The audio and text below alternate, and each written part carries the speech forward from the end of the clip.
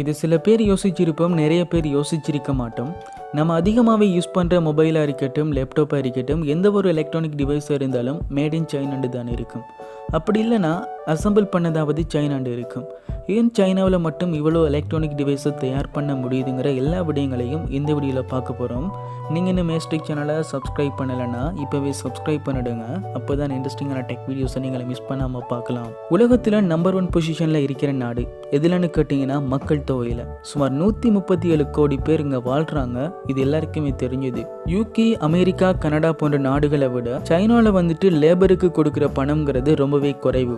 அதாவது இங்கே வேலை பார்க்குறவங்களுக்கு சம்பளம்ங்கிறது ரொம்பவே குறைவு. அமெரிக்காவில் ஒரு மணித்தியாலத்துக்கு $10 கொடுத்தாங்கன்னா சைனாவில் வெறும் $3 தான் வாங்குறாங்க. இந்த ஒரு வடிவம் தான் உலக நாடுகளில் உள்ள எல்லா கார்ப்பரேட் கம்பெனிகளையும் ஈர்த்துச்சுன்னு சொல்லலாம். நம்ம நாட்டில் ஒரு கம்பெனியை ஸ்டார்ட் பண்ணணும்னா அதுக்கு நிறையவே ப்ரொசீஜர் வரையறை இல்லாமல் இருக்குது.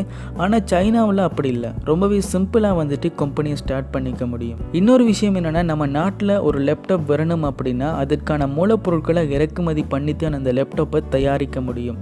ஆனால் சைனாவில் அப்படி இல்லைங்க. அவங்களுக்கு தேவையான எல்லா பொருட்களும் அங்கேயே கிடைக்குது. அதனால அவங்க செய்கிற பொருளோட விலை எப்போவுமே ரொம்பவே குறைவாக இருக்குது. 1970ஆம் ஆண்டு சைனா அவங்களோட பொருளாதார கொள்கையை மாற்றி அமைச்சாங்க. இதுக்கப்புறம் தான் சைனாவுக்கு வெளிநாடுகள்லேருந்து நிறைய முதலீடுகள் வர ஆரம்பிச்சிச்சு. இந்த 1970ல் சின்ன ஊராக இருந்த செஞ்சன் அதுக்கப்புறம் படிப்படியாக வளர்ந்து மிகப்பெரிய பிஸ்னஸ் சிட்டியாக மாறிச்சு.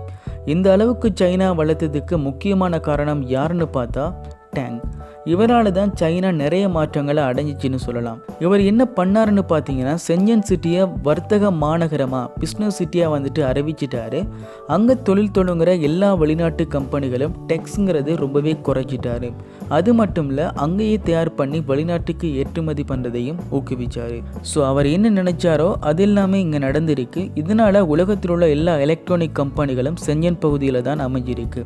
இதனால் என்னமோ தெரியல, உலகத்தில் உள்ள பிஸியான துறைமுகமாக செஞ்சன் துறைமுகம் இருக்கு. அடுத்ததா எலக்ட்ரானிக் பொருட்களுக்கு தேவையான உதிரி பாகங்கள் எல்லாமே அங்கேதான் தயார் பண்றாங்க. இதனால இறக்குமதி பண்ணணுங்கிற அவசியமே கிடையாது. எந்த ஒரு ப்ராடக்டா இருந்தாலுமே சீக்கிரமா செஞ்சு கொடுத்துருவாங்க. ஒரு ப்ராடக்டை பண்ணணும் அப்படின்னா ஒர்க்கரால மட்டுமே முடியாது. இன்ஜினியர்ஸ் கண்டிப்பா தேவை. அமெரிக்காவில் உள்ள இன்ஜினியர்ஸை விட சைனாவில் 2 மடங்கு அதிகமான இன்ஜினியர்ஸ் இருக்காங்க. இதனால தான் சைனாவை நோக்கி எல்லா வெளிநாட்டு கார்ப்பரேட் கம்பெனிகளும் படையெடுக்கிறாங்க. இந்த மாதிரி எல்லா சூழலும் சைனாவுக்கு ஆதரவாக இருந்ததாலே சைனா மிகப்பெரிய எலக்ட்ரானிக் பவர் ஹவுஸாக மாறிட்டு இருக்கு. ஸோ இந்த வீடியோ மூலமாக நிறைய பேர் சந்தேகங்களுக்கு தீர்வு கிடைச்சிக்குன்னு நினைக்கிறேன். பிடிச்சிருந்தா லைக் பண்ணுங்கள், ஷேர் பண்ணுங்கள், உங்களோட கருத்துக்களை பதிவு பண்ணுங்கள். சப்ஸ்கிரைப் பண்ணிவிட்டு பக்கத்தில் இருக்கிற பெல் பட்டனை தட்டி விட்டுருங்க.